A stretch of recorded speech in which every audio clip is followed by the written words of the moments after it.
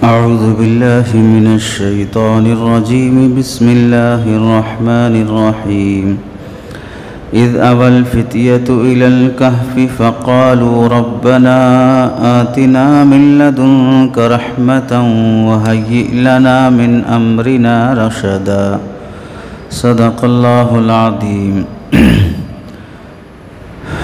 سورہ کہف کی تفسیر چل رہی تھی۔ آج آیت نمبر 10 اور 11-12 کی تفسیر آپ حضرات کے سامنے انشاءاللہ آئے گی۔ آیت میں اللہ تعالیٰ فرماتے ہیں اذ اول فتیۃ، یہ اس وقت کی بات ہے جب چند نوجوان اول فتیۃ الی الکہف، غار میں چند نوجوانوں نے پناہ لی، چھپ گئے۔ فقالو، اور وہ نوجوان کہنے لگے، ربنا آتنا من لدنک رحمہ، اللہ سے دعا کرتے ہوئے انہوں نے اللہ سے کہا، اے ہمارے پروردگار، آتنا، ہمیں عطا فرما، ہم پر نازل فرما، من لدنک رحمہ، اپنی طرف سے خصوصی رحمت، وَهَيِّئْ لَنَا مِنْ أَمْرِنَا رَشَدًا، اور ہماری اس صورتحال میں ہمیں بھلائی کا راستہ دکھا، ہمیں سیدھا راستہ دکھا۔ یہ اصحاب کہف غار والے چند نوجوانوں کی دعا کا اس میں اللہ رب العزت نے تذکرہ کیا ہے۔ اب اس آیت میں پہلی چیز تو یہ معلوم ہوئی، اذ اول فتیۃ، جب چند نوجوان اپنا گاؤں، خاندان، گھرانہ، اپنی فیملی سب کچھ چھوڑ کر جنگل میں چلے گئے، غار میں چلے گئے، وہاں جا کر وہ لوگ پوری اس وقت کی بستی کے لوگوں سے، اس وقت کے بادشاہ سے چھپ کر پناہ لے لی ایک جگہ پر۔ اس آیت میں پہلی بات غور کرنے کی یہ ہے کہ جب بھی حالات خراب ہو جائیں، ہم وہاں اپنا ایمان نہیں بچا سکتے، وہاں عزت کے ساتھ نہیں رہ سکتے، وہاں ہماری جان کو یا ایمان کو یا عزت کو خطرہ ہے، کبھی بھی حملہ ہو سکتا ہے، ہماری جان جا سکتی ہے یا ہماری عزت لوٹ جا سکتی ہے، یا ہماری مالوں پر، دکانوں پر کوئی بھی دہشت گرد دشمن، اسلام سے، مسلمان سے نفرت کرنے والی قوم یا ٹیم ایسی سازشیں کر رہی ہے کہ جس سے ہمارا نقصان ہو سکتا ہے، یا ہم جہاں رہتے ہیں وہاں پر ہماری لیڈیز کی سیفٹی نہیں ہے، وہاں پر عزت کا خطرہ ہے، تو ان سب باتوں سے بچنے کے لیے قرآن مجید کی آیت بتاتی ہے کہ جب بھی تمہیں خطرہ محسوس ہو وہاں سے ہٹ جاؤ، طاقت ہے فیس کرنے کی تو فیس کرو، نہیں ہے تو ہٹ جاؤ، وہاں رہ کر اپنے آپ کو مظلوم بنا کر جان بچانے، ایمان بچانے کے متعلق ڈگمگا کر عین موقع پر اپنے ایمان سے ہاتھ مت دھو، پریشان ہو کے، ذلیل ہو کے مت مرو۔ اسی واسطے آپ دیکھیے نبی کریم صلی اللہ علیہ وسلم کے زمانے میں بھی مکہ مکرمہ میں صحابہ اللہ کے نبی علیہ السلام جب تھے تو مکے کے کافر بہت ستاتے تھے، تو اللہ کے نبی علیہ السلام کو ہجرت کا حکم، مکہ چھوڑ کے جانے کا اللہ کی طرف سے آرڈر آنے سے پہلے ہی چند صحابہ مکہ مکرمہ چھوڑ کر نبی کی اجازت سے حبشہ چلے گئے، اب یہاں نہیں رہیں گے، اب ہماری جان کو خطرہ ہے، ہماری عزت کو خطرہ ہے، ہمارے ایمان کو خطرہ ہے۔ پھر اللہ کے نبی علیہ السلام کو بھی اتنا پریشان کیا گیا کہ اللہ کی طرف سے حکم آیا کہ اب آپ مکہ چھوڑ کے چلے جاؤ، تو اللہ کے نبی بھی چلے گئے۔ تو اس سے کیا معلوم ہوا جہاں آپ کی جان مال عزت کو خطرہ ہے وہاں آپ کو رہنا نہیں چاہیے۔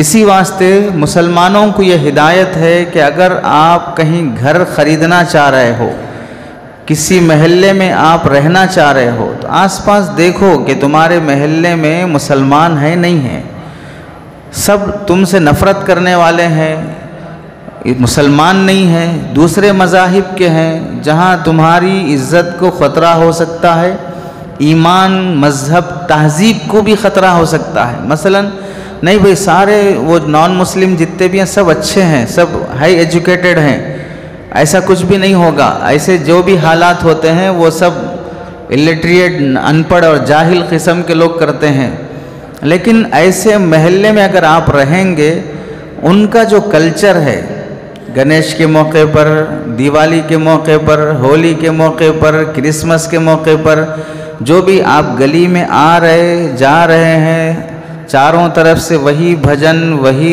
گانے، وہی میوزک، وہی چیزیں سنتے ہوئے آپ کے بچے بڑے ہوں گے تو ان کے دل میں بھجن کوئی معمولی بڑی بات نہیں ہے، یہ سب چلتے رہتا، یہ سب ہوتے رہتا، ہم بچپن سے دیکھے ہیں۔ تو کفر سے اپنے بچوں کو محبت شروع ہو جاتی، انسیت شروع ہو جاتی۔ آپ کو بھی دیکھ لیجئے، آپ میں سے جو 40-50 سال کی عمر کے لوگ ہیں، آپ کے بچپن میں آپ کے ماں باپ جو عید برات کے موقع پر جو تہوار کرتے، جو بھی قسم کا کھانا بناتے تھے، میٹھا بناتے تھے، کپڑے پہنتے تھے، یا جو بھی اس بچپن کے موقع کی جو یادیں ہیں آج بھی آپ کو اچھی لگتی ہیں۔ ہو سکتا ہے کہ ان باتوں میں سے کچھ باتیں شریعت کے خلاف بھی ہوں، لیکن بچپن میں ہم دیکھے اس واسطے ہم کو اچھا لگ رہا ہے۔ تو ایسے ایریے میں رہنے سے آدمی کی کلچر اور تہذیب کو بہر صورت خطرہ پہنچ جاتا ہے۔ اسی واسطے دیکھیے کہ جو لوگ کالجز میں، کو سسٹم میں، آفیسز میں، کمپنیوں میں لڑکے لڑکیاں مل کر رہتی ہیں، ہنسی مذاق رہتا ہے، چھیڑم چھاڑی رہتی ہے، اب لیو ان ریلیشن شپ کا سلسلہ رہتا ہے، انہیں کمر میں ہاتھ ڈالنا، کبھی بوسہ کر لینا، یہ کوئی بڑی بات نہیں ہے، چلتے رہتا ہے، سب مذاق ہے۔ اور جو اس ماحول سے دور ہیں ان کو بہت بڑی چیز ہے، واقعتاً شریعت کے حساب سے بھی بہت برا اور گھٹیا کام ہے کسی بھی اجنبی کو ہاتھ لگانا، دیکھنا بھی۔ اب جہاں یہ ایجوکیٹڈ طبقہ ہے وہ کیا سمجھتا ہے، آئی کانٹیکٹ ہونا، ہمیں آنکھوں میں آنکھیں ڈال کے بات کرو، نیچے نظر رکھ کے بات کرے تو بھی آپ کا ریزیوم ریجیکٹ کر دیا جائے گا کہ آپ انٹرویو میں فیل ہو جائیں گے۔ اور شریعت یہ کہتی ہے قُلْ لِلْمُؤْمِنِينَ يَغُضُّوا مِنْ أَبْصَارِهِمْ، نظر نیچے رکھ کے بات کرو، مت دیکھو ادھر۔ تو زمین آسمان کا فرق ہو جاتا ہے، آدمی اگر برے ماحول میں رہتا ہے تو تہذیب کلچر پہ بہت اثر پڑتا ہے۔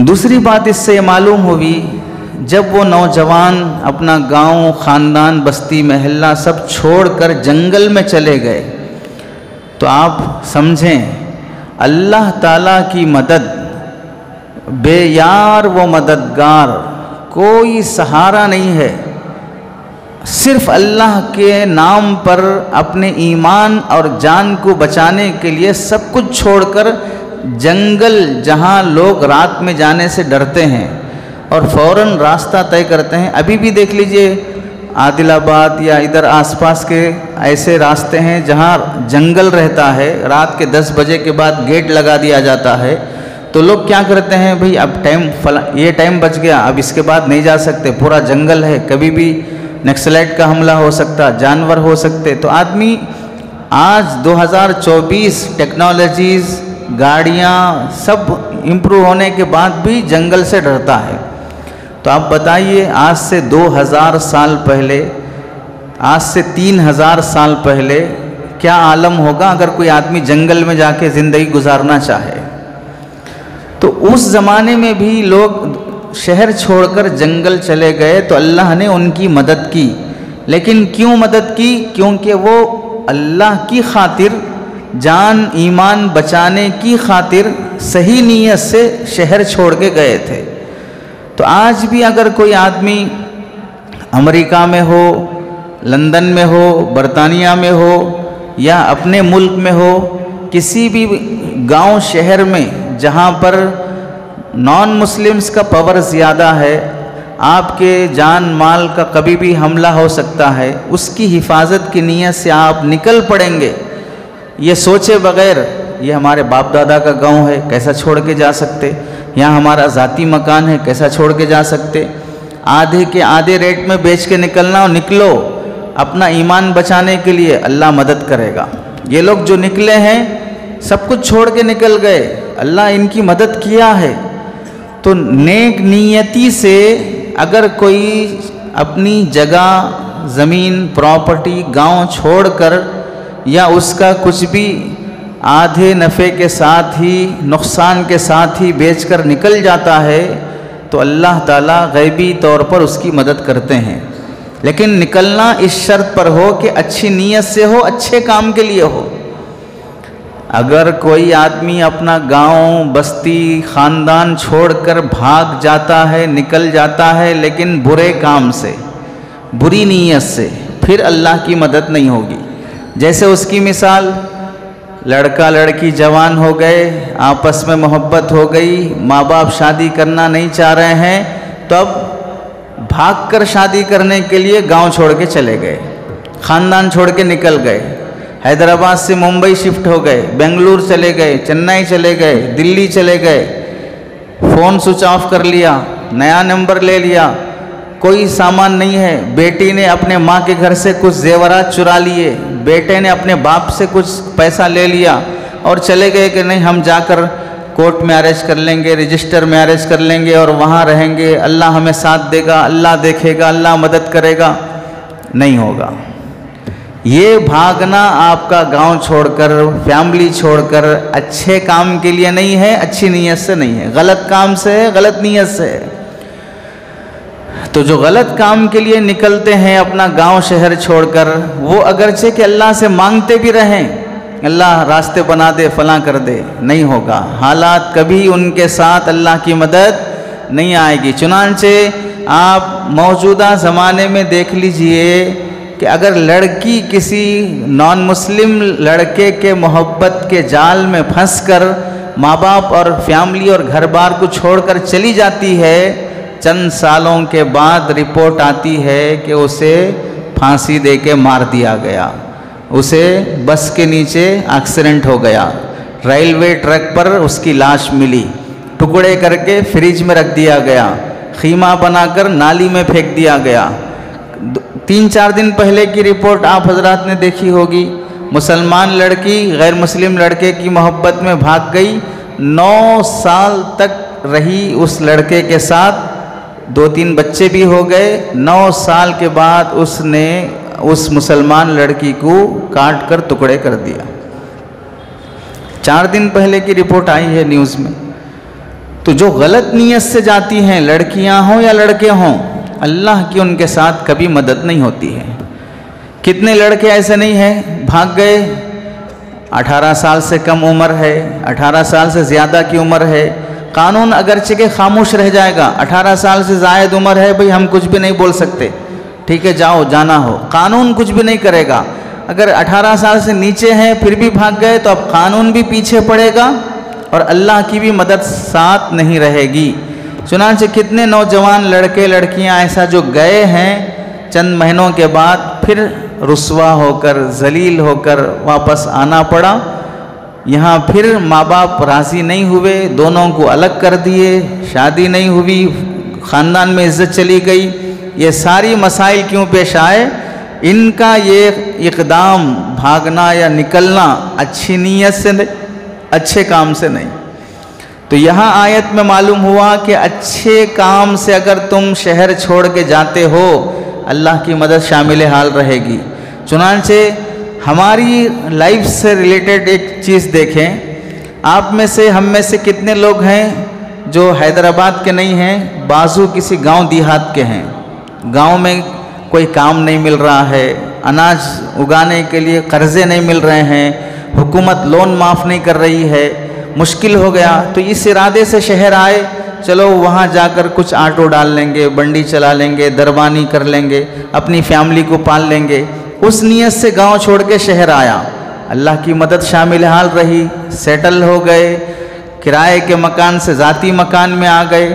اللہ نے مدد کی. کیوں؟ اچھی نیت سے آپ گاؤں چھوڑ کے آئے تھے, اچھی نیت سے آپ اپنے دیہات سے نکل کے شہر آئے تھے, اور کبھی شہر میں ہم کو سیٹ نہیں ہوا, سمجھ میں نہیں آ رہا ہے, تو آدمی یہ چھوڑ کے اپنے گاؤں چلے جاتا ہے, وہیں کھیتی باڑی کر لیں گے, تو اللہ وہاں مدد کر دیتے ہیں.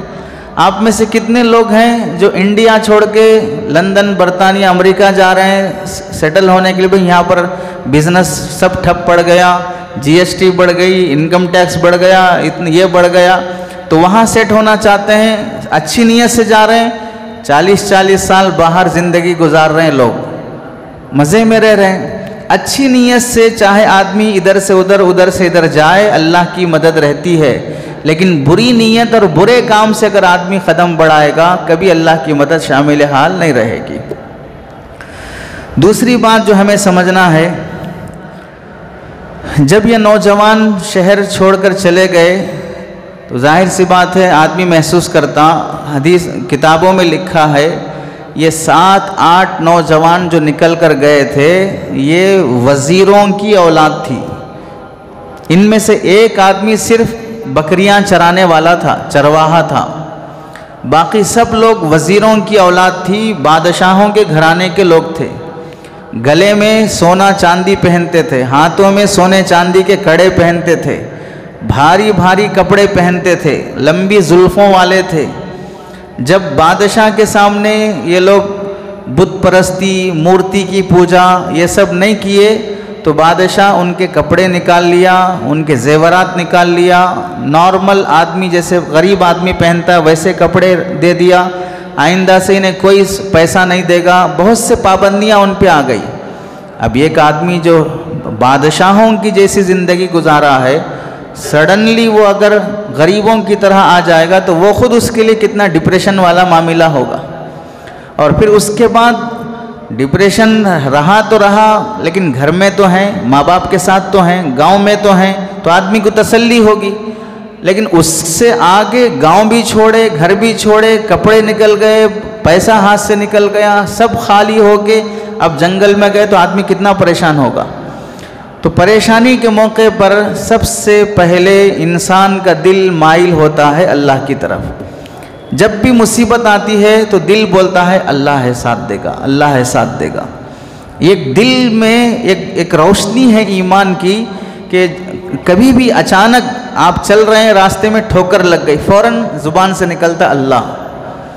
تو یہ تکلیف کے موقع پر اللہ یاد آ جانا یہ بہت بڑی نصیب کی بات ہے, بہت بڑی سعادت کی بات ہے. تو اب یہ بھی جب تکلیف میں آئے تو پہلا کام انہوں نے یہ کیا, اللہ سے دعا مانگنا شروع کی. چنانچہ اللہ تعالیٰ خود ان کی دعا نقل فرماتے ہیں, فقالو. اب یہ جو 7-8 لوگ جو تھے انہوں نے کہا اللہ سے. اب یہ کیا کہا؟ یہاں علماء لکھتے ہیں کہ مصیبت پر دعا مانگنے کا ایک طریقہ یہ بھی ہے, 7 لوگ ہیں 7 بیٹھ گئے, 8 لوگ ہیں 8 بیٹھ گئے اور اللہ سے دعا مانگنے لگے. ایک طریقہ یہ بھی ہے. دوسرا طریقہ جو زیادہ مفید اور زیادہ قبولیت والا یہ ہے, پریشانی ہم 8 لوگوں کو بھی ہے, پریشانی ہم 20 لوگوں کو بھی ہے. مثلا کبھی اب جیسے تلنگانہ کے ایک ایریے میں غیر مسلموں نے مسلمانوں کے دکانوں پر, ان کے ایریوں پر حملہ کر دیا, دکان توڑ پھوڑ کر دیے, گھروں میں گھس کے توڑ پھوڑ کیے, دکان کے اندر جا کے لوٹنا چوری کرنا شروع کر دیے. ویڈیوز آپ حضرات بھی دیکھ رہے ہیں, ابھی بھی چل رہا ہے وہ معاملہ, کرفیو لگ رہا ہے. اڑیسہ میں ابھی 15 دن پہلے ہوا کہ ایک مسلمان کا قتل ہو گیا, 2 زخمی ہو گئے. ایسے حالات چل رہے ہیں سب جگہ پر. تو آپ وہاں پر دیکھیں کہ ایسے موقع پر جب اجتماعی طور پر مصیبت آتی ہے تو اب پولیس نے کیا کیا, 200 مسلمانوں پہ کیس, 50 مسلمانوں پہ کیس, 100 مسلمانوں پہ کیس, اب سب اندر پڑے ہوئے ہیں. تو اب جو مصیبت آئی ہے 50 مسلمانوں پر ایک ہی طرح کی مصیبت آئی ہے, یعنی ان سب پر کیس ہے. تو اب طریقہ کیا ہے دعا مانگنے کا؟ 50 کے 50 بیٹھ کر الگ الگ دعا مانگ لیں, یہ بھی ٹھیک ہے, لیکن زیادہ قبولیت والا طریقہ یہ ہے کہ 50 آدمی بیٹھیں ایک آدمی دعا مانگے اللہ سے، باقی 49 اس دعا پر آمین کہیں، یہ زیادہ قبولیت والا طریقہ ہے۔ چنانچہ قرآن مجید میں ہے حضرت موسیٰ علیہ السلام اور حضرت ہارون علیہ السلام دونوں جب کو اللہ نے حکم دیا فرعون کے پاس جائیں، اور وہاں فرعون سے جب مقابلہ ہو رہا تھا تو کافی آزمائشیں آئی ان پر، نبیوں پر، تو اس وقت حضرت موسیٰ علیہ السلام نے دعا مانگی اور حضرت ہارون علیہ السلام نے اس پر آمین کہا۔ اسے اللہ تعالیٰ قرآن میں ذکر کرتے ہیں، ربنا انک آتیت فرعون وملأہ زینۃ واموالا فی الحیاۃ الدنیا، اے اللہ آپ نے فرعون کو عہدہ دیا، دولت دیا، زیب و زینت دیا، اور اسے بہت سے مال دیا دنیا کی زندگی میں۔ آگے فرماتے ہیں ربنا لیضلوا عن سبیلک، یہ سب لینے کے بعد یہ لوگ فرعون اور اس کا لشکر مسلمانوں کو، لوگوں کو دین اسلام سے ہٹا رہے ہیں، دین اسلام پر رہنے نہیں دے رہے ہیں۔ آگے بددعا فرما ربنا، اے ہمارے پروردگار، اطمس علی اموالہم، ان کے مالوں کو دھسا دے، وشدد علی قلوبہم، ان کے دلوں کو، یعنی فرعون کے اور اس کے لشکر کے دلوں کو سخت کر دے، فلا یؤمنوا، انہیں ایمان ہی نہ ملے، حتی یروا العذاب العلیم، یہاں تک کہ وہ لوگ دردناک عذاب دیکھ لیں۔ یہاں رک کر ایک بات سنیں، ہم لوگوں میں جو مشہور ہے بددعا نہیں دینا بھائی، کبھی بھی بددعا نہیں دینا کبھی بھی۔ دیکھیے بددعا ذاتی کام سے ہے تو ٹھیک ہے، ذاتی کام کے لیے بددعا نہیں دینا، یعنی آپ کو کسی نے تکلیف پہنچایا، شریعت کا حکم ہے کہ بھائی معاف کر دو، درگزر کر دو۔ اللہ کے نبی کو بھی لوگوں نے تکلیف پہنچایا ہے، انبیاء کو بھی پہنچایا ہے۔ پرسنل میٹر ہے تو اس میں بددعا مت کرو، معاف کر دو، درگزر کر دو، اللہ کے نزدیک تمہارا بڑا مقام ہوگا۔ اگر پرسنل معاملہ نہیں ہے بلکہ دین اور شریعت کا معاملہ ہے، اسلام کا معاملہ ہے، وہاں پر شریعت نے سکھایا ہے کہ اب جو اسلام اور دین کو ٹھیس اور تکلیف پہنچا رہا ہے اس کے لیے تم اپنے ہاتھ اور پاور سے جو کر سکتے ہو ہٹاؤ اس کو۔ طاقت ہے، لڑ سکتے لڑو، نہیں لڑ سکتے بات چیت ہو سکتی بات چیت کرو، ڈیل کرو، آپس میں سمجھوتا کرو، ایک دوسرے سے لڑائی جھگڑے کی بات نہیں ہو سکتی تو کم از کم سیٹلمنٹ پہ تو آ جاؤ، وہ بھی نہیں ہو سکتا، بات چیت بھی نہیں کر سکتے تو اللہ کے دربار میں دعا کرو۔ اب حضرت موسیٰ علیہ السلام کے پاس نہ کوئی لشکر ہے، نہ فوج ہے، نہ تیر تلوار ہے، اور فرعون کے پاس تو بہت بڑا لشکر ہے، فوج ہے، کیسے مقابلہ ہو سکتا؟ بات چیت سے نہیں سمجھ رہا ہے۔ حضرت موسیٰ علیہ السلام نے کیا دعا فرمائی، بلکہ بددعا کیا فرمائی، ربنا اطمس علی اموالہم، اے اللہ اس کی فرعون کے مال کو تہس نہس کر دے اور اس کے دل کو سخت کر دے کہ اب وہ ایمان لانا ہی نہیں، اب وہ یعنی اتنا ستا دیا ہے کہ اب اتنا ستانے کے بعد مرنے سے پہلے مسلمان ہو گیا تو وہ بھی جنت میں، میں بھی جنت میں۔ تو دل میں تھوڑا تکلیف ہوتی کہ بھائی ایسے ظالموں کو بھی ہدایت ملی تو پھر کیسا رہتا؟ ہم بچپن سے ماں پیٹ سے پیدا ہو کے 70 سال کی عمر تک مسلمان ہیں، ہم نہ کسی کی زمین ہڑپے، نہ کسی کی جائیداد ہڑپے، نہ کسی کا مال ہڑپے۔ اب یہ خبیث ایسا ہے کہ کئی لوگوں کو مار دیا، کئی بچوں کو قتل کر دیا، کئی لوگوں کو تکلیف پہنچایا، اب بڑھاپے میں اسے ایمان مل گیا، اب وہ بھی جنت میں، ہم بھی جنت میں۔ تو حضرت موسیٰ علیہ السلام نے بددعا فرمائی اب اسے ایمان ہی نہیں ملنا، اب اس کو دردناک عذاب ہونا ہے اس کو۔ تو اس سے کیا معلوم ہوا، جب کوئی بھی کافر اپنے ظلم میں حد سے بڑھ جاتا ہے تو ویسے خبیث کے لیے بددعا کرنے کی اجازت ملتی ہے۔ اس لحاظ سے آپ دیکھ لو فلسطین میں، غزہ میں جو ظلم ہو رہا ہے، 1 سال ہونے آ رہا ہے، معصوم بچوں کے ویڈیوز ابھی بھی آ رہے ہیں، ہم لوگ وہاں فلسطین اور غزہ کے مسلمان 1 سال سے لاشیں اٹھاتے ہوئے، جنازے پڑھتے ہوئے، اپنوں کو دفن کرتے ہوئے تھکے نہیں ہیں، وہ ایمان اور اسلام سے بیزار ہوئے نہیں ہیں، ہم لوگ صرف ان کے ویڈیوز دیکھ دیکھ کے بیزار ہو گئے اور سب بھلا بیٹھے، پھر ڈرنکس کول ڈرنکس شروع کر لیے، پھر پیپسی کو کولا شروع کر لیے۔ اب ہو گیا بھائی، پرانا ہو گیا قصہ۔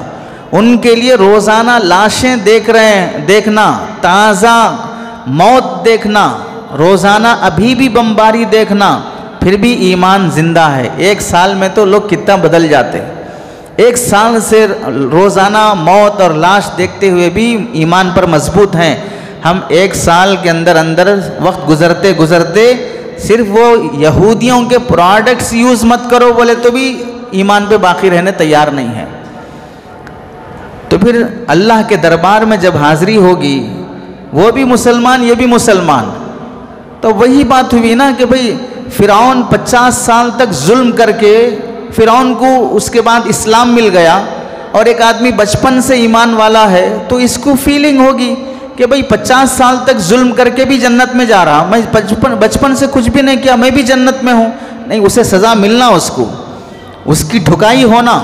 تو ویسے ہی فلسطین کے مسلمان کہیں گے ہم ایک سال سے موت دیکھے، لاشیں دیکھے، تیرے نام پر کٹنا مرنا، اپنوں کو اپنے ہاتھوں سے دفن کیے، اور یہ لوگ انڈیا کے مسلمان، ایشیا کے مسلمان، دنیا کے مسلمان مزے سے فلمیں دیکھتے رہے، مزے سے کول ڈرنکس پیتے رہے، مزے سے یہودیوں کے غیر ضروری پروڈکٹس یوز کرتے رہے، یہ بھی مسلمان اور ہم بھی مسلمان۔ نہیں، ان کو سزا ملنا چاہیے۔ تو ظاہر سی بات ہے اللہ تعالیٰ ہماری غفلت، بے حسی پر بھی ظالم حکمران کو مسلط کرتے ہیں۔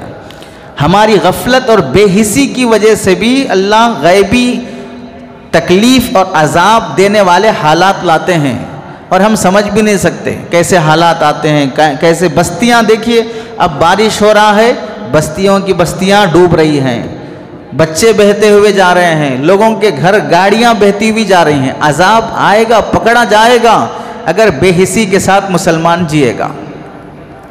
تو حضرت موسیٰ علیہ السلام نے دعا کی، اے اللہ اس کو ہدایت نہیں ملنا، فرعون کو ہدایت نہیں ملنا۔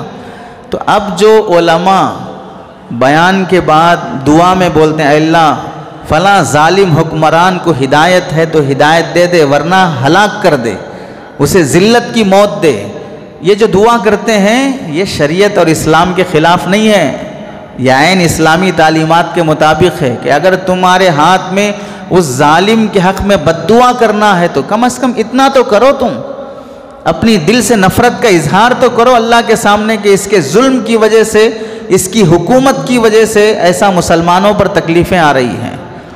تو حضرت موسیٰ علیہ السلام نے بد دعا فرمائی۔ آگے کیا ہوا؟ حضرت موسیٰ علیہ السلام نے بد دعا کی یا دعا کی، ادھر حضرت ہارون علیہ السلام نے آمین کہی۔ تو اللہ کیا فرماتے ہیں؟ قد اجیبت دعوتکما، تم دونوں کی دعا قبول ہو گئی۔ حالانکہ دعا کس نے مانگا؟ حضرت موسیٰ علیہ السلام نے۔ آمین حضرت ہارون علیہ السلام نے کہا۔ تو اللہ کیا فرماتے ہیں؟ ایک دعا مانگے، ایک آمین کہے، اس پر اللہ فرماتے ہیں کہ تم دونوں کی دعا قبول ہو گئی۔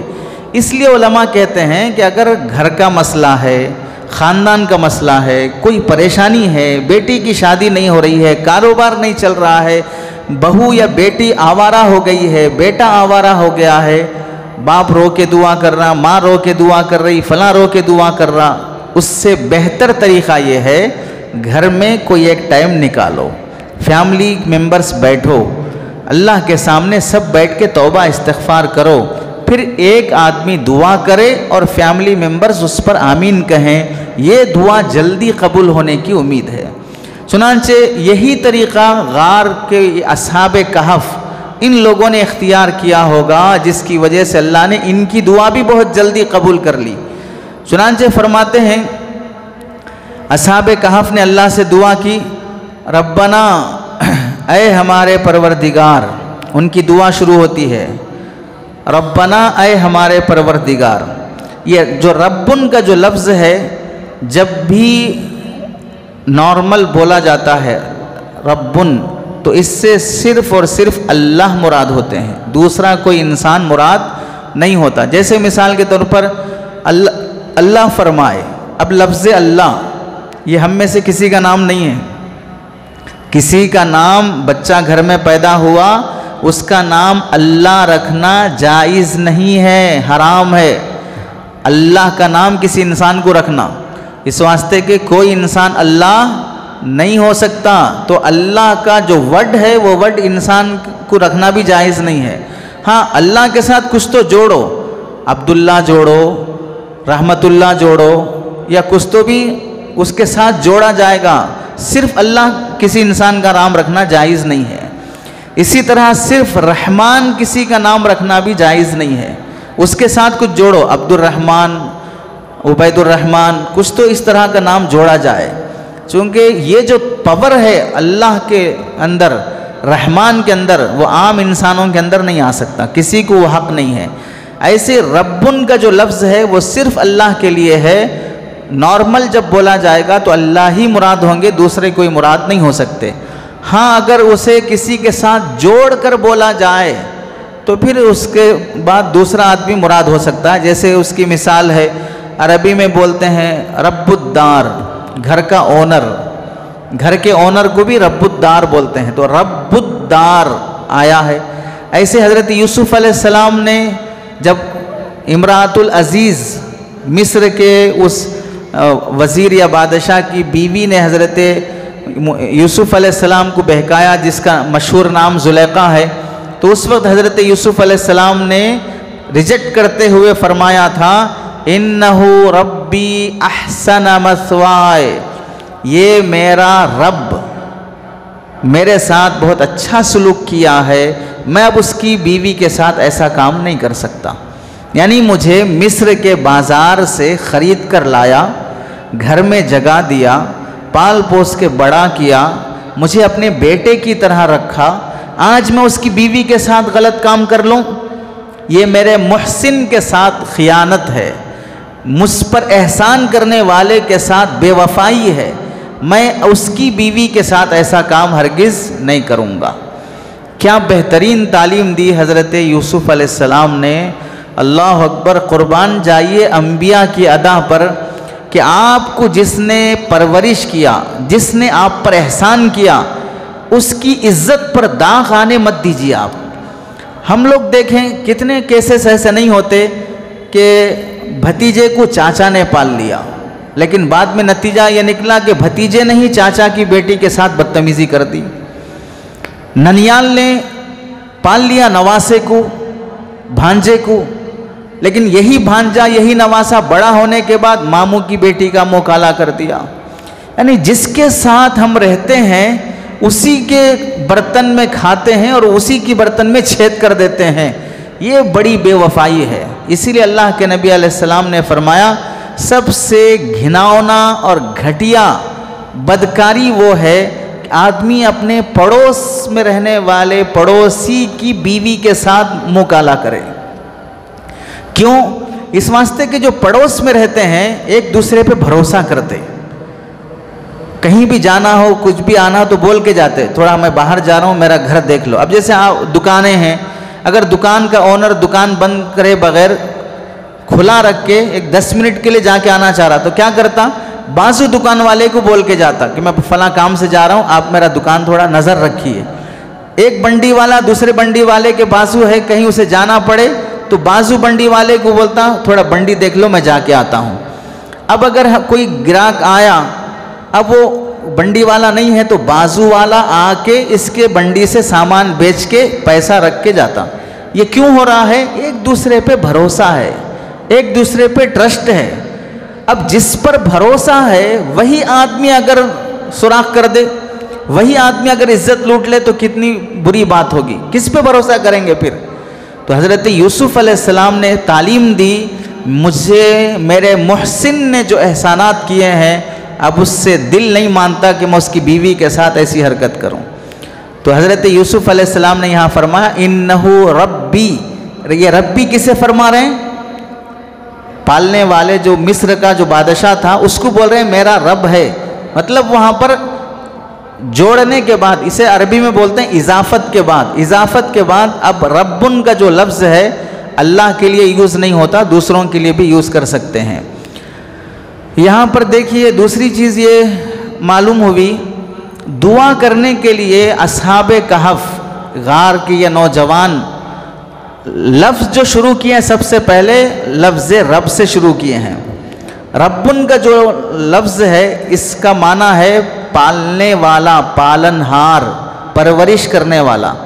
اس کا پورا ترجمہ ہوتا ہے ہر مخلوق کو جب جس وقت جو چیز کی جتنی ضرورت ہو وہ چیز دینے والے کو بولتے ہیں رب۔ چھوٹے بچے کو 2 مہینے کا ہے کیا ہونا؟ ماں کا دودھ ہونا۔ 8 مہینے کا ہے ماں کا دودھ بھی ہونا، باہر کی بھی کوئی چیز ہونا۔ 2 سال کا ہے اور اس کے ابتدائی درجے کی نرم غذائیں ہونا۔ 4 سال کا ہے اس عمر میں کیا ہونا۔ 40 سال کا ہے اس عمر میں کیا ہونا۔ جوانی میں کیا ہونا، بڑھاپے میں کیا ہونا۔ ہر مخلوق کو اس کی عمر کے حساب سے جو چیز کی جتنی ضرورت ہے، جب ضرورت ہے، وہ چیز دینے والے کو بولتے ہیں رب۔ اسی واسطے ہم میں سے ہر آدمی بچپن سے لے کر اب تک جب جس چیز کی ضرورت ہے وہی مانگتے آیا۔ 2 سال کا بچہ کیا مانگتا؟ چاکلیٹ ہونا، کھلونا ہونا۔ ملتا نہیں ملتا، ملے گا۔ بڑا ہو گیا اسے سائیکل ہونا، ملے گی نہیں ملے گی۔ اور بڑا ہوا گاڑی ہونا، ملی نہیں ملی۔ اور بڑا ہو گیا لڑکی ہونا، شادی ہوئی نہیں ہوئی۔ اور بڑا ہوا بچے ہونا، ہوئے نہیں ہوئے۔ اور بڑا ہوا مکان ہونا، ملا نہیں ملا۔ جب عمر بڑھتی گئی جو چیز ضرورت پیش آتی گئی آدمی کو وہ حساب سے چیزیں ملتی گئی، اسے بولتے ہیں رب۔ اسی واسطے اللہ کو یہ لفظ خود اللہ کو بھی اتنا پسند ہے کہ اللہ نے سورہ فاتحہ میں اپنا نام ہی ذکر الحمدللہ رب العالمین، اس میں رب کا اللہ نے ذکر کیا۔ ہر مسلمان ہر نماز کی ہر رکعت میں یا تو رب کا تذکرہ سنے گا یا خود پڑھے گا۔ اور تو اور جب انسان مر جاتا ہے قبر میں سوال بھی کس لفظ سے ہوتا ہے؟ من ربک۔ سوال یہی ہوتا ہے من ربک، تیرا رب کون ہے؟ تو موت پر بھی سوال رب کے لفظ سے ہوا۔ اچھا آپ نے یہ بھی سنا ہوگا کہ اللہ نے عالم ارواح میں تمام روحوں کو جمع کر کے سب سے وعدہ لیا، تو وہاں بھی کیا لفظ آیا؟ الست بربکم، میں تمہارا رب نہیں ہوں؟ تو رب کا لفظ عالم ارواح سے شروع ہو کر قبر کی گڑے تک بھی اللہ نے استعمال کرتے ہوئے آیا ہے رب کا لفظ، کہ ہر موقع پر انسان کو جو ضرورت ہے وہ ضرورت پوری کرنے والا۔ تو اس واسطے علماء نے لکھا ہے جب بندہ اللہ کے سامنے ہاتھ اٹھا کر یا رب یا رب یا رب پکارتے رہتا ہے، اللہ کی رحمت کو جوش آنا شروع ہو جاتا ہے۔ اللہ کی رحمت کو جوش آنا شروع ہو جاتا ہے اور جلدی دعا قبول ہونے کی امید بن جاتی ہے جب دعا میں ہم ربن کا لفظ استعمال کر کے یا رب پکار کر اللہ سے مانگتے ہیں۔ چنانچہ ایک تابعی ہیں فرماتے ہیں، حضرت عطا بن ابی رباح رضی رحمت اللہ علیہ فرماتے ہیں جب بندہ اللہ کی بارگاہ میں دعا مانگتے ہوئے یا رب یا رب یا رب پکار کر کہتا ہے تو اللہ کی رحمت متوجہ ہونا اور اللہ کی رحمت کو جوش آنا شروع ہوتا ہے۔ حضرت حسن بصری رحمت اللہ علیہ فرماتے ہیں چنانچہ جس دعا میں ربن کا لفظ ربنا ربنا، قرآن مجید میں بھی دیکھیے 40 ربنا مشہور ہے، یعنی قرآن مجید میں اللہ تعالیٰ نے ایسی دعائیں ذکر کی ہیں کہ ہر لفظ کے شروع میں ربنا ربنا ربنا آتا۔ بعض لوگ اس کو پرنٹ کرا کے بھی رکھتے ہیں، چہل ربنا کے نام سے وہ پرنٹ بھی رہتا ہے، زیراکس بھی رہتا ہے۔ ہر دعا ربنا کے لفظ سے شروع ہوتی ہے۔ حضرت حسن بصری رحمت اللہ علیہ فرماتے ہیں قرآن مجید میں بھی اللہ نے ایک دعا ایسی ذکر کی ہے جس میں 4 مرتبہ ربنا آیا ہے، اس کے بعد اللہ فرماتے ہیں ان کی دعا قبول کر لی گئی۔ تو اللہ نے خود اشارہ دیا ہے جس دعا میں ربنا کا بار بار تکرار ہوتا ہے وہ دعا قبول کر لی جاتی ہے۔ چنانچہ وہ دعا کیا ہے دیکھیے، آل عمران کی آیتیں ہیں۔ ربنا شروع ہوا پہلا لفظ انک من تدخل النار فقد اخزیتہ وما للظالمین من انصار، ایک آیت ہو گئی۔ دوسری آیت ربنا، پھر آیا ربنا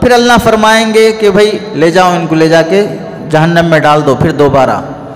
جب یہ جہنم میں ڈالنے کے لیے ان کو لے جایا جائے گا تو یہ بندے بار بار اللہ کی طرف مڑ مڑ کے دیکھتے رہیں گے، تو ان سے اللہ تعالیٰ پوچھیں گے کیوں بار بار دیکھ رہے ہو؟ تو وہ بندے کہیں گے یا رب قد کنت ارجو اذا اخرجتنی منہا لا تعیدنی فیہا، جب آپ نے مجھے جہنم سے نکالا مجھے امید ہوئی کہ اب اللہ نے مجھ پہ رحم کیا ہے، اب پھر اس کے بعد مجھے واپس جہنم میں نہیں ڈالے گا۔ اسی رحم کا انتظار کرتے ہوئے میں دیکھ رہا ہوں بار بار، اب شاید اللہ بولیں گے نہیں چھوڑ دو جان دو، اب آ گئے باہر، اب دوبارہ مت ڈالو۔ تو اللہ جب یہ بندے سے سنیں گے تو فرمائیں گے ٹھیک ہے چھوڑ دو، اس کو جنت میں بھیج دو، جہنم میں مت ڈالو، اس کو جنت میں بھیج دو۔ تو رحم آ گیا، جہنم سے جنت کا فیصلہ ہو گیا۔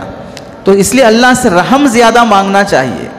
دوسری چیز یہ معلوم ہوئی، یہ جو ربنا، اے اللہ، اے ہمارے رب، اے ہمارے پروردگار، اس میں مانگنے میں کیا ہونا؟ تھوڑا تڑپ ہونا، زبان سے کچھ اور نکل رہا، ہاتھ کھجا لینے میں ہے، نگاہیں ادھر ادھر دیکھ لینے میں ہے۔ دعا مانگو بولے تو جیسے نمازوں کے بعد ہم لوگوں کے دعا مانگنے کا طریقہ کیا ہے؟ ہاتھ جیسے بولے ویسے ہاتھ رہتے، مانگ رہے ہیں۔ اب بھکاری فقیر جو بھیک مانگنے والا ہے، ہاتھ ڈھنکا رکھ کے اللہ کے نام پہ کچھ دو بولے تو دیں گا، جیب میں ہاتھ رکھ لے کے کچھ دے کے جاؤ، اس طرح اگر بولیں گے تو لات ماریں گے اس کو۔ مانگنے والا دکھنا بھی کہ مانگ رہا ہے بول کے۔ تو اللہ کے سامنے جب دعا مانگنے کے لیے بیٹھیں تو ہاتھ سینے کے برابر ہو، تھوڑا سامنے نکلے ہوئے ہوں، ملے ہوئے نہ ہوں، اس طرح پھیلے ہوئے ہوں، لگے دور سے دیکھنے والے کو کہ واقعتاً کسی سے خیرات مانگ رہا ہے، کسی سے بھیک مانگ رہا ہے، اس طرح نکلے ہوئے ہاتھ ہوں۔ پھر اللہ سے چہرہ بھی بنے، رونے کی کیفیت ہو۔ اس کے بعد جب میں کیا مانگ رہا ہوں ادھر ادھر دیکھے بغیر ہاتھوں پہ نگاہ رکھ کے اللہ سے لو لگا کر گڑ گڑا کر جب مانگے گا، اللہ کو بھی رحم آئے گا، اللہ نوازیں گے۔ آج کل ہم جو 40 سال سے دعائیں کرتے آ رہے ہیں اور قبول نہیں ہو رہے ہیں، اس کی وجہ یہی ہے ڈھنگ سے مانگے تو دیتے، پہلے ڈھنگ سے نہیں مانگ رہے، بے ڈھنگے طریقے سے مانگے۔ مثلا ابھی جیسے میں بولا کہ بھئی کوئی فقیر ہے، راستے میں سوٹ بوٹ پہن کے کھڑا ہے، جیب میں ہاتھ ڈال لے کے دو صاحب دو چائے کھلاؤ میرے، چائے پلاؤ میرے، اس طرح اگر وہ 20 سال 40 سال بھی مانگے، ایک بار بھی آپ دوشا نہیں کھلائیں گے، ایک بار بھی چائے نہیں پلائیں گے۔ پہلے جیب سے ہاتھ نکال، ہاتھ باندھ، ہاتھ پھیلا، عزت سے مانگ، پھر دیتے تمہارے۔ تو ہمیں دعا مانگنے کا جو ڈھنگ ہے بے ڈھنگے طریقے سے مانگ رہے ہیں، اس واسطے دعائیں بھی قبول نہیں ہوتی۔ آداب ہے، بادشاہ سے مانگنے کے بھی آداب ہوتے ہیں۔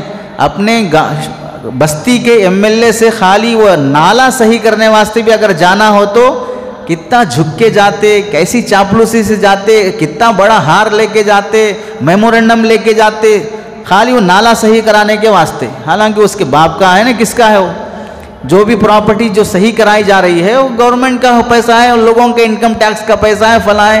لیکن جو ذمہ دار ہے، جو انتظامی لحاظ سے، قانونی لحاظ سے پاور میں ہے، اس انسان کے پاس بھی مانگنے جانے کا بھی ایک ادب، ایک طریقہ ہے۔ تو رب العالمین ہے، بادشاہوں کا بادشاہ ہے، اس کے سامنے مانگنے کا پاور کیسے، کا ادب کیسے ہونا۔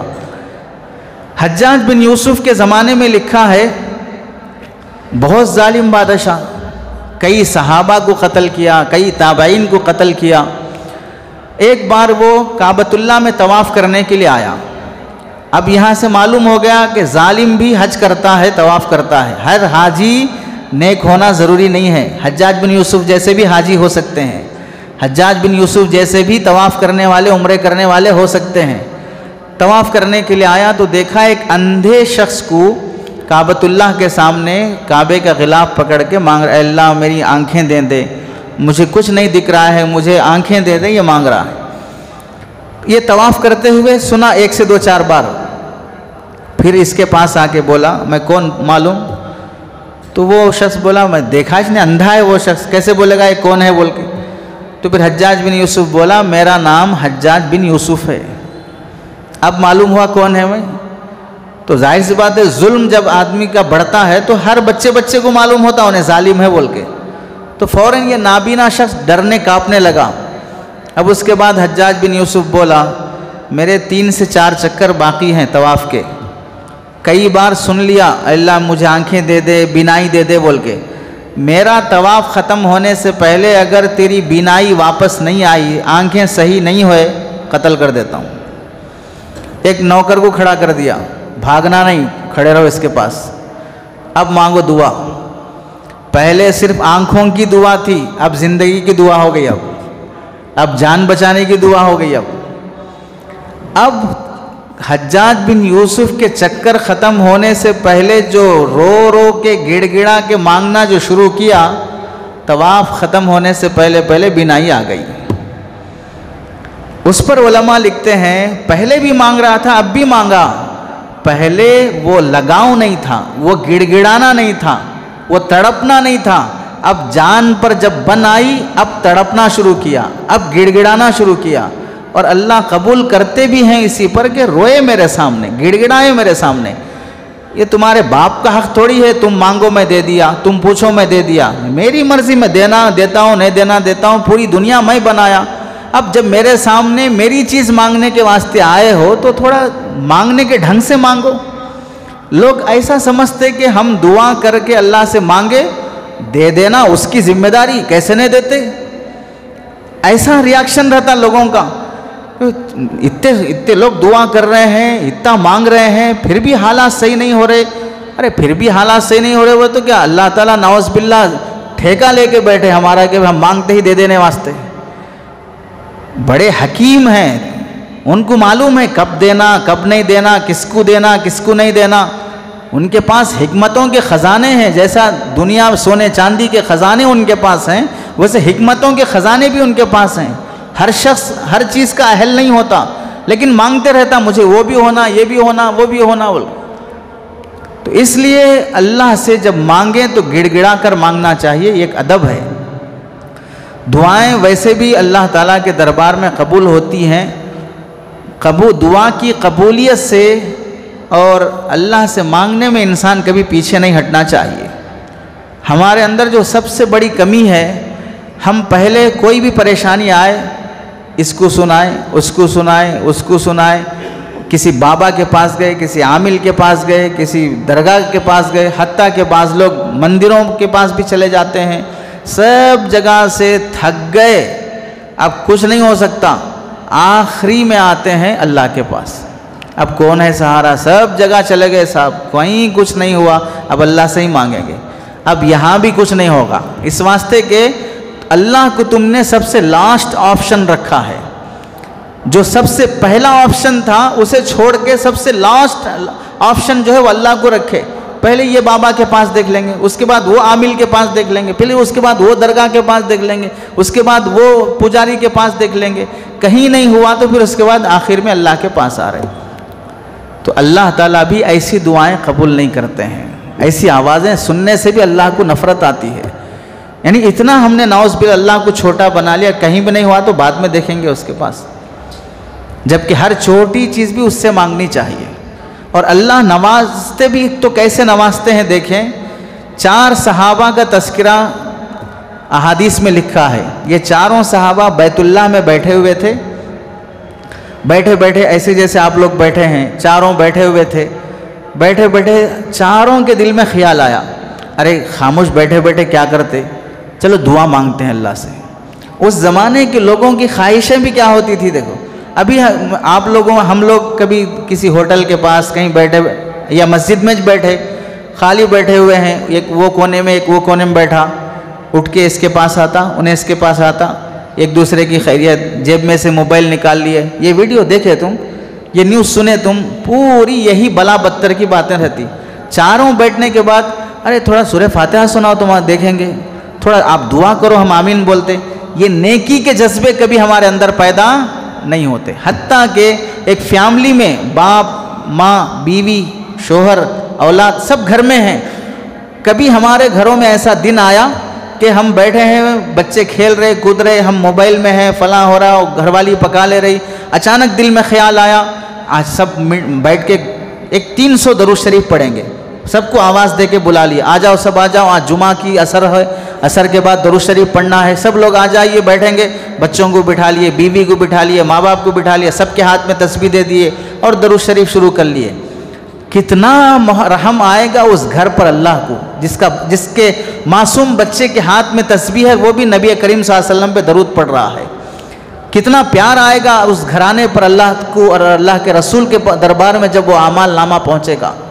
لیکن کہاں ہیں ہمارے ایسے گھر جہاں فیملی کے ساتھ بیٹھ کے ہم دعا کر رہے ہوں، فیملی کے ساتھ بیٹھ کے درود پڑھ رہے ہوں؟ ہماری دینداری پوری کیا ہو گئی؟ دنیا کے واسطے ہو گئی۔ ہم نکلیں گے بیگ بستہ تھیلا صندوق سب لے کے، وہ ضلع کے واسطے، یہ ڈسٹرکٹ کے واسطے، فلاں کے واسطے، اپنے وہ بھی اچھا کام ہے، نیک کام ہے، ضروری ہے، اس سے منع نہیں، اللہ نے اس کے ذریعے سے سارے عالم میں ہدایت کے فیصلے کیے ہیں۔ لیکن فیملی کو بھول کر تو نہیں ہوگا نا، اولاد کو بھول کر تو نہیں ہوگا، بیوی کو بھول کر تو نہیں ہوگا۔ اللہ نے پہلا حکم دیا وَأْمُرْ أَهْلَكَ بِالصَّلَاةِ وَاسْتَبِرْ عَلَيْهَا، اپنے گھر والوں کو نماز کا حکم دو اور تم بھی پابند رہو اس کے۔ تو ہماری فیملی میں کبھی ایسے خواہشات، ایسے جذبے بہت کم ہوتے کہ سب مل کے دعا میں، سب مل کے ذکر میں، سب مل کے تہجد میں، سب مل کے درود شریف میں، سب مل کے استغفار میں، سب مل کے صلاۃ التسبیح، سب مل کے سورہ کہف، سب مل کے سورہ یاسین۔ ایسی دن ایسے رات تو اب مسلمانوں کے گھروں میں تو 1000 میں ایک بھی ملنا مشکل ہے، 100 میں ایک تو دور کی بات، دینداروں میں بھی ملنا مشکل ہے، دنیا دار تو گئے بھاڑ میں۔ 4 صحابہ بیٹھے ہوئے ہیں کعبۃ اللہ میں، دل میں خیال آیا چلو دعا مانگتے ہیں۔ اب کیسے دعا مانگیں؟ ایک صحابی بولے تم اپنی دعا مانگو، ہم تمہاری دعا پر آمین کہتے۔ یعنی مطلب کیا ہے؟ تم کو جو خواہش ہے تم مانگ لو اللہ سے، ہم تمہارے لیے تمہاری دعا پر ہم آمین بولتے۔ ایک ہو گیا۔ پھر دوسرا آئے، اس کو کیا خواہش ہے، اس کی تمنا کیا ہے، وہ دعا مانگ لے اللہ سے، ہم تینوں اس پر آمین بولتے۔ اس طرح ایک دوسرے کو دعا میں ہم آمین کہیں گے، ہمارے واسطے دعا کرنے کی ضرورت نہیں ہے، تم اپنا پرسنل مانگ لو جو مانگنا ہے، لیکن تمہارے واسطے ہم آمین بولتے۔ 4 صحابہ تھے، حضرت مصعب بن زبیر، دوسرے حضرت عبداللہ بن زبیر، تیسرے عبد الملک بن مروان، چوتھے حضرت عبداللہ بن عمر رضی اللہ تعالیٰ عنہ۔ یہ 4 تھے۔ سب سے پہلے آئے حضرت مصعب بن زبیر رضی اللہ تعالیٰ عنہ، دعا مانگنے کے واسطے کعبۃ اللہ کے پاس رکن یمانی کے پاس آ کر دعا مانگے۔ کیا خواہش ہے بھائی آپ کی؟ آپ مانگ لیجئے۔ ان کی کیا خواہش تھی؟ پہلی خواہش، اے اللہ میری تمنا ہے کہ مجھے عراق کا گورنر بنا دے۔ صحابہ ہیں، اپنی دل کی تمنا ہے عراق کا گورنر بننا، اللہ مجھے عراق کا گورنر بنا دے، دعا مانگ رہے۔ پیچھے سے تینوں صحابہ آمین بول رہے۔ دوسری تمنا ہے اللہ میرے نکاح میں 2 بیویاں ہیں، پہلی بیوی کا نام ہے سکینہ بنت حسین، حضرت حسین رضی اللہ تعالیٰ عنہ کی بیٹی جن کا نام ہے سکینہ، وہ میرے نکاح میں آئے۔ دوسری خاتون ہے حضرت عائشہ بنت طلحہ، حضرت طلحہ رضی اللہ تعالیٰ عنہ کی بیٹی عائشہ۔ یہ حضرت عائشہ رضی اللہ تعالیٰ عنہ جو حضور صلی اللہ علیہ وسلم کی زوجہ مطہرہ تھیں، حضرت ابوبکر صدیق رضی اللہ تعالیٰ عنہ کی بیٹی تھیں، ان کی بھانجی ہیں یہ حضرت عائشہ بنت طلحہ۔ حضرت عائشہ رضی اللہ تعالیٰ عنہ جو امت کی ماں ہیں، اللہ کے نبی کی بیوی ہیں، ان کی بھانجی کا نام بھی عائشہ، تو ان سے اللہ میرا نکاح ہو جائے۔ یہ 2 تمنا کیوں کر رہی ہے؟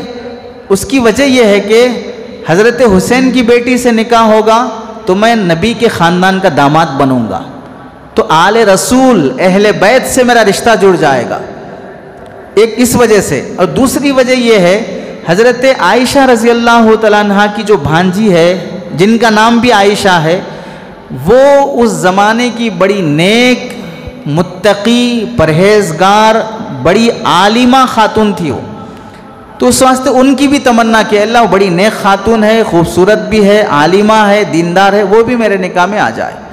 یہ دعا کی ہے۔ اور پیچھے سے تینوں لوگ کیا کر رہے ہیں؟ آمین کہہ رہے ہیں۔ یہاں کیا معلوم ہوا اس دعا سے؟ آدمی کے اندر اگر کیپیسٹی ہے گورنر بننے کی، پوسٹ پہ آنے کی، مانگو دعا، کیا مسئلہ ہے؟ اگر کسی کے اندر ویسی صلاحیت ہے، اللہ مجھے MLA بنا دے، اللہ مجھے پرائم منسٹر بنا دے، ویسی صلاحیت ہے تو مانگو۔ اگر ویسی صلاحیت نہیں ہے سر پہ 2 بال نہیں ہیں ہیرو بننے گیا، ویسی حرکت نہیں ہونا. گنجے کبھی ہیرو نہیں بنتے ہیں. تو آدمی کے اندر کیپیسٹی ہے تو پھر مانگنا میں کوئی حرج نہیں ہے. اور دوسری یہ بات بھی معلوم ہوئی، نیک دیندار خاتون کی دعا مانگنا کوئی عیب نہیں ہے. اللہ میرا ایک اچھی خاتون سے، نیک دیندار پرہیزگار متقی خدمت گزار خاتون سے میرا نکاح کرا دے، یہ مانگنا کوئی بری بات نہیں ہے. میں عام طور سے بولتا ہوں، جن گھر کے لوگ دوست سناتے رہتے ہیں بیوی ایسا ستا رہی، بیوی ویسا پریشان کر رہی، بیوی ایسی ہے، میں بولتا ہوں بچپن سے اچھی بیوی کی دعا کرے نہیں کرے؟ کیوں نہیں کرے؟ اب دعا نہیں کرے اس واسطے مل رہا ہے تو اب جھیلو، اب جو جھیلنا ہے. پہلے سے مانگ لینا تھا کون سا مال ہونا بول کے، اللہ سے اچھا مال میٹیریل مانگنا تھا کہ اللہ اچھی عورت دے، دیندار دے، پرہیزگار دے، متقی خدمت گزار دے، مانگ کے لینا تھا. نہیں مانگے، جو ملا جھیلو برداشت کرو، کیا راستہ اس کے علاوہ. تو مانگنا چاہیے اللہ سے. اچھی بیوی مل گئی دنیا آدھی جنت بن جاتی، اچھی بیوی نہیں ملی یہیں قبر کا عذاب ہو جاتا. اس واسطے سکون پہنچانے والی بیوی کی دعا مانگنا کوئی عیب نہیں ہے. یہ ہو گیا حضرت مصعب بن زبیر رضی اللہ تعالیٰ عنہ کی دعا. پھر اس کے بعد دوسرے آئے حضرت عبداللہ بن زبیر رضی اللہ تعالیٰ عنہ. یہ دعا مانگنے لگے، اے اللہ مجھے اس وقت تک موت نہ دینا جب تک کہ میں پورے مکہ مدینہ حجاز کا خلیفہ اور حاکم نہ بن جاؤں. ان کی بھی دعا یہ مانگے، خلیفہ اور حاکم بننے کی حجاز کی. تینوں پیچھے سے دعا مانگے، آمین کہے. تیسرے آئے عبد الملک بن مروان، وہ بھی دعا مانگے اللہ سے، اے اللہ مجھے مشرق اور مغرب یعنی پوری اسلامی کنٹری کا مجھے بادشاہ بنا دے. پہلے جو مانگے وہ عراق کے، یہ جو مانگے حجاز کے، تیسرے جو مانگے وہ پوری اسلامی کنٹری کے. پیچھے تینوں بیٹھے ہیں، آمین کہے. چوتھے جو آئے وہ حضرت عبداللہ بن عمر رضی اللہ تعالیٰ عنہ، حضرت عمر کے بیٹے ہیں. ان کی دعا کیا ہے؟ اے اللہ مجھے اس وقت تک موت نہ دینا جب تک کہ میرے لیے جنت واجب نہ ہو جائے اور جنت میں آپ کا دیدار نصیب نہ ہو.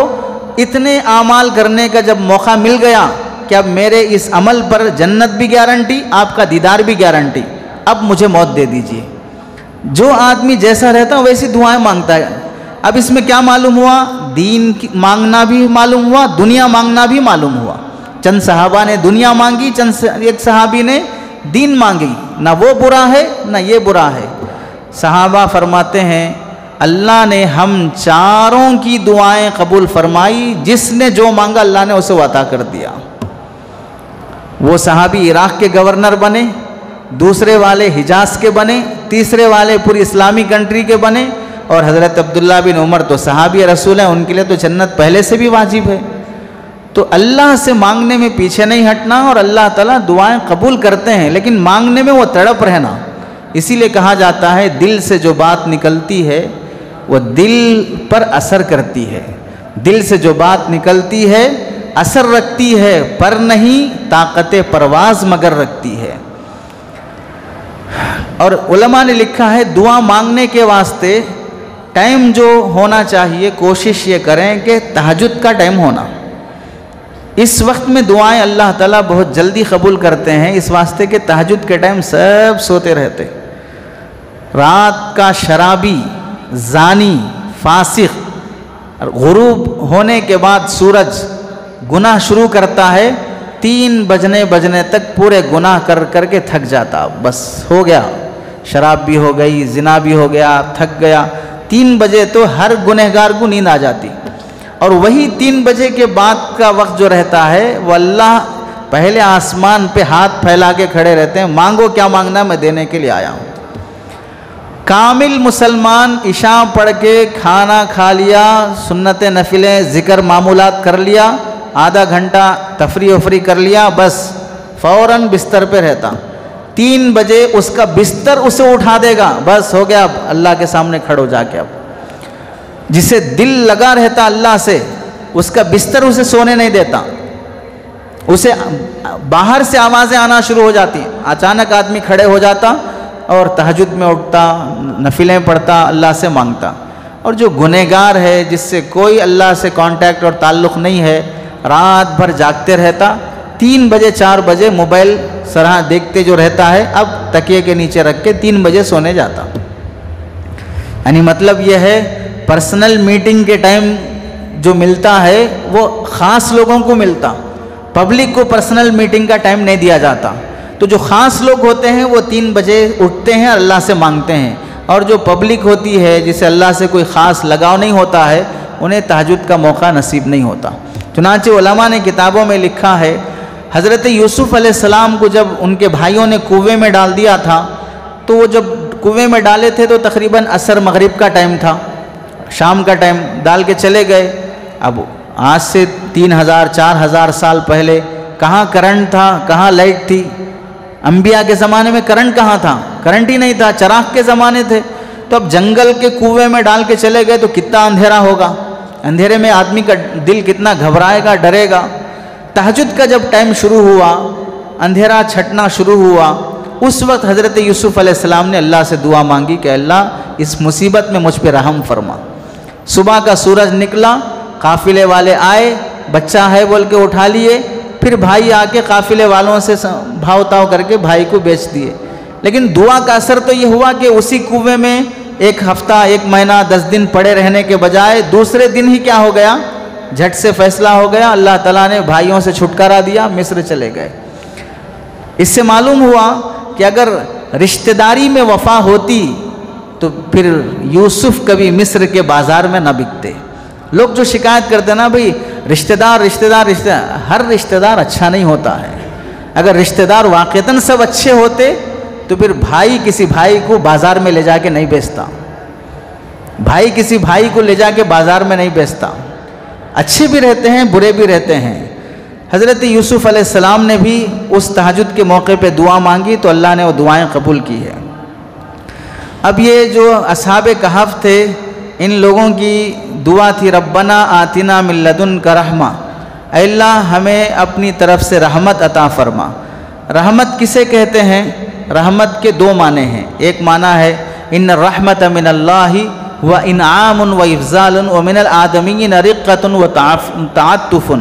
اللہ کی طرف سے رحمت یہ ہے کہ اللہ انعام کرے، اپنا فضل کرے، اور بندوں کی طرف سے رحم یہ ہے جیسے بولتے نا بھائی رحم کرو رحم کرو، تو بندہ جو رحم کرتا ہے، بندے کا رحم کیا ہے؟ بندے کا رحم یہ ہے کہ تھوڑا دل نرم کر لو، چھوڑ دو، معاف کر دو، یہ ہے بندے کا رحم. اور اللہ کا رحم ہے انعام اور نوازنا.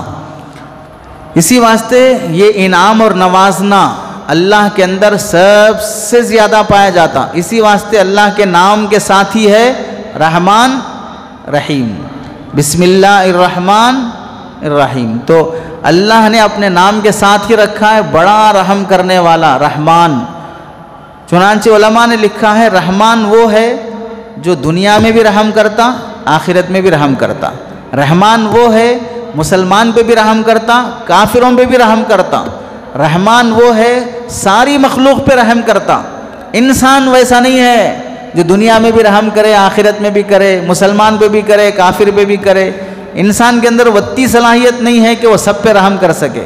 کبھی کبھار تو شادی ہونے کے بعد میاں بیوی میں خلا طلاق ہو گئی تو اب بیوی کو نہیں بخشتا، سسرال داماد کو نہیں بخشتے، کورٹ کچہریوں تک کھینچ کے لے جاتے، بیٹھے بیٹھے وہی معاملات سیٹلمنٹ نہیں کرتے. نہیں، ہم اب عزت نکال کے رہتے ہیں ان کی، روڈ پہ لا دیتے ہیں ان کو، کیسا جیتے دیکھیں گے. کیا معلوم ہوا؟ دل ہر ایک پہ رحم کرنے کی اہلیت کیپیسٹی نہیں ہے، اتنا بڑا نہیں ہے کہ سب پہ دل رحم کرے. اسی واسطے رحمان اور رحیم جو اللہ کی صفت ہے وہ ہر انسان کے اندر نہیں پائی جاتی ہے. قرآن مجید میں اللہ تعالیٰ نے رحمان اور رحیم 20 جگہ اس کا ذکر کیا. رحمت کا ذکر اللہ نے قرآن مجید میں 20 جگہ پر ذکر کیا ہے. اور اللہ تعالیٰ اتنے بڑے رحم کرنے والے ہیں، تعجب ہوگا. ایک حدیث میں ہے اللہ نے انسانوں کا جسم پیدا کرنے سے 4000 سال پہلے انسانوں کی روحوں کو پیدا کیا. پھر انسانوں کی روحوں کو پیدا کرنے سے 4000 سال پہلے انسانوں کی روزی طے کر دیا، کس کو کیا ملنا، کتنا کھاتا. یہ اللہ تعالیٰ انسانوں کی روح پیدا ہونے سے 4000 سال پہلے متعین کر دیا. اور پھر اللہ تعالیٰ انسانوں کی روزی متعین کرنے سے 4000 سال پہلے لکھ دیا کتب الرحمت علی نفسہ کہ میں ہر ایک پہ رحم کروں گا. یعنی کوئی دنیا میں پیدا ہی نہیں ہوا تھا، اللہ نے اسی وقت فیصلہ کر لیا کہ میں سب سے زیادہ بندوں پر رحم کروں گا. یہ پہلی دعا تھی ان لوگوں کی، اللہ رحم فرما. ہمیں کیا سبق ملا؟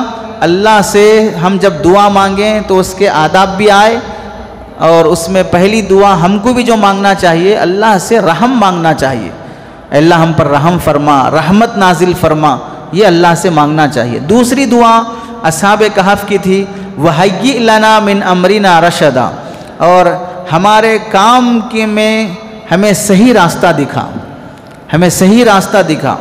اور یہ دعا بھی ہر مصیبت والے کو ضرورت رہتی ہے. پریشان ہوں زمین کے مسئلے میں، پریشان ہوں بیٹی کی شادی کے مسئلے میں، پریشان ہوں فلاں کاروبار کے مسئلے میں، صحیح گائیڈ ملنا، صحیح ایڈوائس ملنا، صحیح راستہ ملنا آدمی کو بہت بڑی نعمت ہوتی ہے. تو اصحاب کہف والوں نے بھی مانگا، اللہ ہمیں صحیح راستہ دکھا. اس میں معلوم ہوا مصیبت کے وقت دعا کرنا چاہیے، دعا کا ادب کیا ہے، اور دعا میں اللہ کی رحم مانگنا، اور پریشانی میں سیدھا راستہ مانگنا. اللہ تعالی ہم کو جو اس وقت نفع بخش ہے، نقصان سے بچانے والا ہے، یہ دعا اللہ سے مانگنا ایک مسلمان کی شان ہونا چاہیے. یہ آیت نمبر 10 کی تفسیر اور خلاصہ تھا کہ اصحاب کہف جو گاؤں سے نکلنے کے بعد اللہ سے جو دعا مانگے، ان کے اس دعا مانگنے کے انداز، الفاظ اور اس دعا سے ہم کو کیا سبق ملا، یہ آج کی آیت نمبر 10 سے اذ اول فتیۃ الی الکہف فقالوا ربنا آتنا من لدنک رحمہ وہیئ لنا من امرنا رشدا، اس کا خلاصہ ہوا. اللہ سے دعا ہے کہ اللہ تعالی ہم سب کو سمجھ نصیب فرمائے. آمین. سبحان اللہ بحمدہ.